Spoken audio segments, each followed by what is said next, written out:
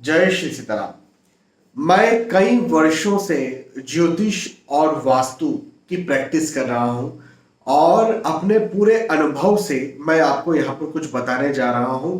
बहुत ज्यादा महत्वपूर्ण आपके लिए होगा। आपको बहुत कुछ सीखने को मिल सकता है या फिर जानने को मिल सकता है। थोड़ी जिसको कहते हैं ना, सोच थोड़ी और बड़ी हो जाना। हाँ, जब हमें बहुत सारी चीजें पता चलती है तो हमारी हमारी सोच, हमारे सोचने का तरीका और ज्यादा फैल जाता है और ज्यादा बड़ा हो जाता है। तो बस आप ये समझिए कि मैं वही यहां पर करने आया हूं आज। देखिए, मेरा अनुभव मैं आपके साथ साझा कर रहा हूं। जब आप अपनी कुंडली दिखाते हैं और आपको कोई परेशानी चल रही होती है, तो आपको ये लगता है कि मेरी कुंडली में वो परेशानी है, मेरी कुंडली में कोई ग्रह ऐसे हैं, मेरी कुंडली में कुछ ऐसे गोचर हो रहे हैं, दशाएं चल रही हैं, वगैरह वगैरह। और बिल्कुल 90% 95% तक तो बात बिल्कुल यह भी रहती है कि आपकी कुंडली में ही परेशानी होती है, जिसके कारण आपको जीवन में परेशानी आ रही है। इसका उल्टा भी कह सकते हैं कि आप जब जीवन में उन्नति कर रहे हैं तो आपको लगता है मेरी कुंडली में कुछ अच्छा होगा तो मैं उन्नति कर रहा हूँ। 90-95% बिल्कुल सही बात है कि आपकी कुंडली में अच्छी दशाएं चल रही होंगी, अच्छे गोचर चल रहे होंगे, वगैरह वगैरह। लेकिन 5% से 10% ये भी देखा जाता है, ये भी देखा गया है कि आपकी कुंडली, जैसे आपको यदि कोई परेशानी चल रही है तो आपकी कुंडली में हो सकता है कि ऐसी कोई परेशानी दिखे ही ना। हाँ जी, बिल्कुल सही कह रहा हूं। कोई एस्ट्रोलॉजर, कोई ज्योतिष आपको ये बात कहने वाला नहीं है, बताने वाला नहीं है, क्योंकि इससे क्या होगा ना, हो सकता है कि आप उसको जज करने लगोगे या फिर जज करोगे तो आपको लगेगा कि अरे इनको तो मेरी कुंडली में कोई परेशानी दिख ही नहीं रही। वो क्योंकि हो सकता है ना कि उसकी सोच भी इतनी ब्रॉड ना हो क्या सकता है। मैं तो कई बार ये बात पाता भी हूं कि लोग जो है एस्ट्रोलॉजर्स के पास जाते हैं, उन्हें कोई समस्या चल रही होती है, उनकी कुंडली में वो समस्या नहीं दिखती है, तो भी मन गढ़ंत बात, आप पे किसी ने कुछ कर दिया है, आप पे कोई पितृदोष होगा, वगैरह वगैरह वगैरह, ये सब चीजें लगा देते हैं, जबकि उसका कारण कुछ और निकल करके आता है। तो जब आपको कोई परेशानी चल रही है, और जैसे मैंने कहा कि 5% से 10% ऐसा भी होता है कि आपकी कुंडली में वो परेशानी नहीं दिख रही है, तो फिर वो परेशानी कहां से आती है, वो परेशानी होती क्या है, कैसे परेशानी का पता लगाया जाता है। तो देखिए, मुख्यतः 2 जगहों से वो परेशानी आती है। तीसरी जगह भी होती जिसके बारे में हम जिक्र करेंगे, लेकिन मुख्यतः 2 जगहों से ज्यादातर वो परेशानी आती है। एक तो है आपका परिवार। जब कभी भी मेरे पास ऐसे व्यक्ति की कुंडली आती है जो कुंडली बहुत अच्छी मुझे दिख रही है, और जो वो व्यक्ति शिकायत कर रहा है कि मेरे साथ समस्या चल रही है, मुझे जब उसी कुंडली में ये समस्या नहीं दिखती है, तो पता है मैं क्या कहता हूं?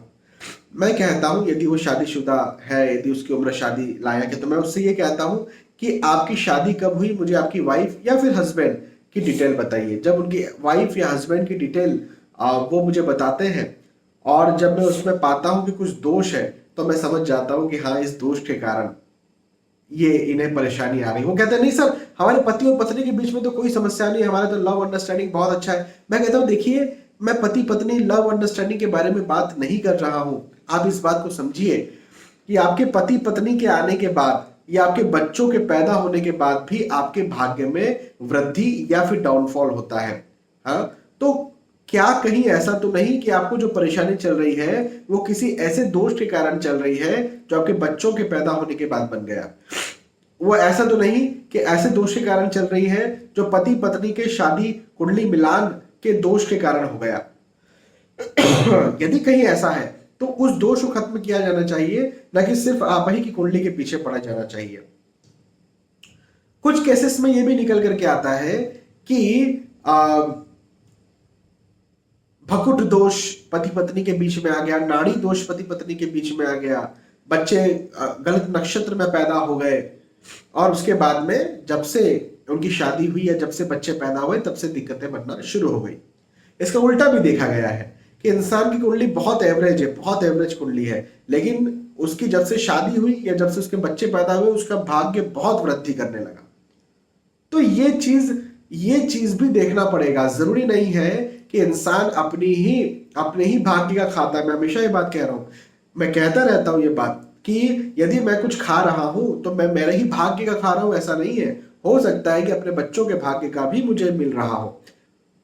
मैं एसी में बैठा हूं, जरूरी नहीं कि ये एसी मेरे भाग्य का है, हो सकता है मेरे बच्चों के भाग्य का है, मेरी पत्नी के भाग्य का है। तो ये जो स्थिति है ना, इसको भी समझना, थोड़ी सोच बड़ी करना पड़ेगा। जरूरी नहीं है, और ये खास तौर पर ये मैसेज उन एस्ट्रोलॉजर्स के लिए है जो कुंडलियां देखते हैं और सिर्फ एक ही कुंडली को देख करके और सब कुछ बताने की कोशिश करते हैं। आपको ऐसा लग रहा है ना कि इस कुंडली में मुझे समझ ही नहीं आ रहा कि क्यों ये व्यक्ति ये परेशानी बता रहा है, तो थोड़ा सा ब्रॉड हुई है, थोड़ा सा और बड़ा अपने आप को खोलिए और उसकी पत्नी या बच्चों की या पति की कुंडली में जाइए। फिर भी यदि आपको समझ नहीं आता है तो फिर वास्तु में जाइए। देखिए हाँ, तीसरे नंबर पर वास्तु भी आता है।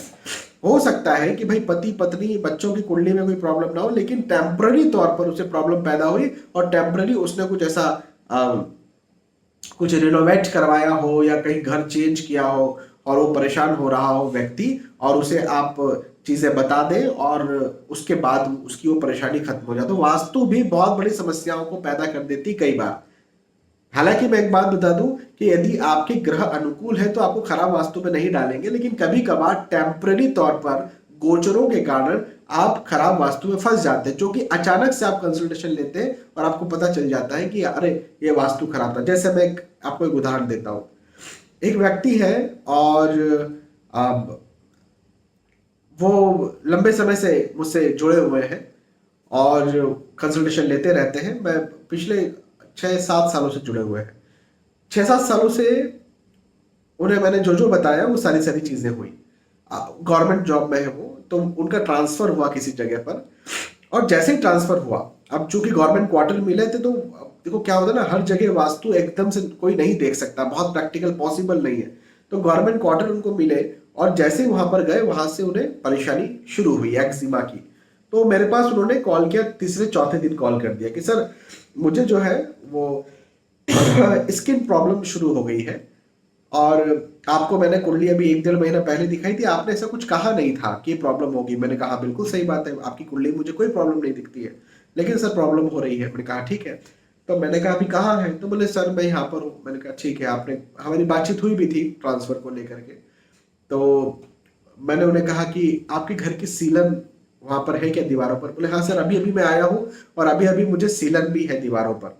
और सीलन है तो यदि सीलन है तो फिर मैंने कहा कि उसको आप ठीक करा लीजिए और सब ठीक हो जाएगा। उन्होंने विद इन अ वीक वो सीलन और सारी चीजें, रंग रोगन सब कुछ करवा लिया। जब सब कुछ करवा लिया तो उनकी जो स्थिति हुई, उनका जो उनका जो स्वास्थ्य रहा वो बहुत अच्छा हो गया। स्वास्थ्य बहुत अच्छा हो गया।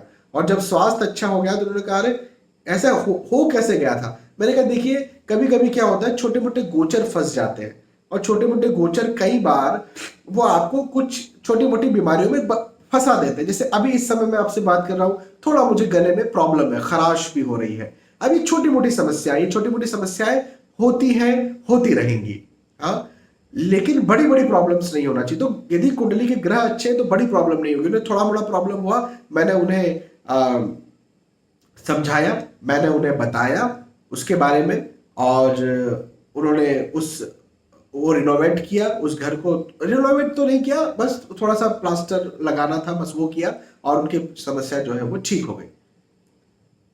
तो यहां पर सिर्फ एक व्यक्ति की कुंडली देख ली ऐसा नहीं होता है, बहुत सारी चीजों को देखा जाता है और उसके बाद बताया जाता है। एक और चीज है कुल दोष। कई बार जब आप अपने कुल देवी माता जी या कुल देवता को नहीं पूछते हैं तो कुल दोष पैदा होता है। हाँ, तो ये कुल दोष भी प्रॉब्लम क्रिएट करता है, लेकिन उस पर हम सबसे लास्ट में जाते हैं जब जब विशेष तौर पर मैं, जब पर्सनल कुंडली में प्रॉब्लम नहीं दिख रही है, जब कुंडली मिलान में प्रॉब्लम नहीं दिख रही है, बच्चों में प्रॉब्लम नहीं दिख रही है, जब वास्तु में प्रॉब्लम नहीं दिख रही है, तब 100% फिर कुल दोष होगा। और फिर कुल दोष के बारे में बात करता हूं मैं। तो इस प्रकार से क्रमशः चलते हैं। सिर्फ एक ही व्यक्ति की कुंडली में 100% सारी चीजें देख लेना ये गलत तरीका भी है। मैं आपको ये भी बताऊं। बस इसके लिए मैंने आज ये वीडियो बनाया और आप तक ये बात स्प्रेड करने के लिए, पहुंचाने के लिए वीडियो बनाया। मुझे विश्वास है कि आप बहुत कुछ सीखते रहते हैं मुझसे। बहुत बहुत धन्यवाद भी आपका कि आप मुझे बताते भी हैं, हाँ, कि आप मुझसे बहुत कुछ सीखे हैं। फिर मिलते हैं आने वाले वीडियोस में, आने वाले एपिसोड्स में। तब तक के लिए आज की इस वीडियो आपसे विदा चाहता हूँ। जय श्री सीताराम।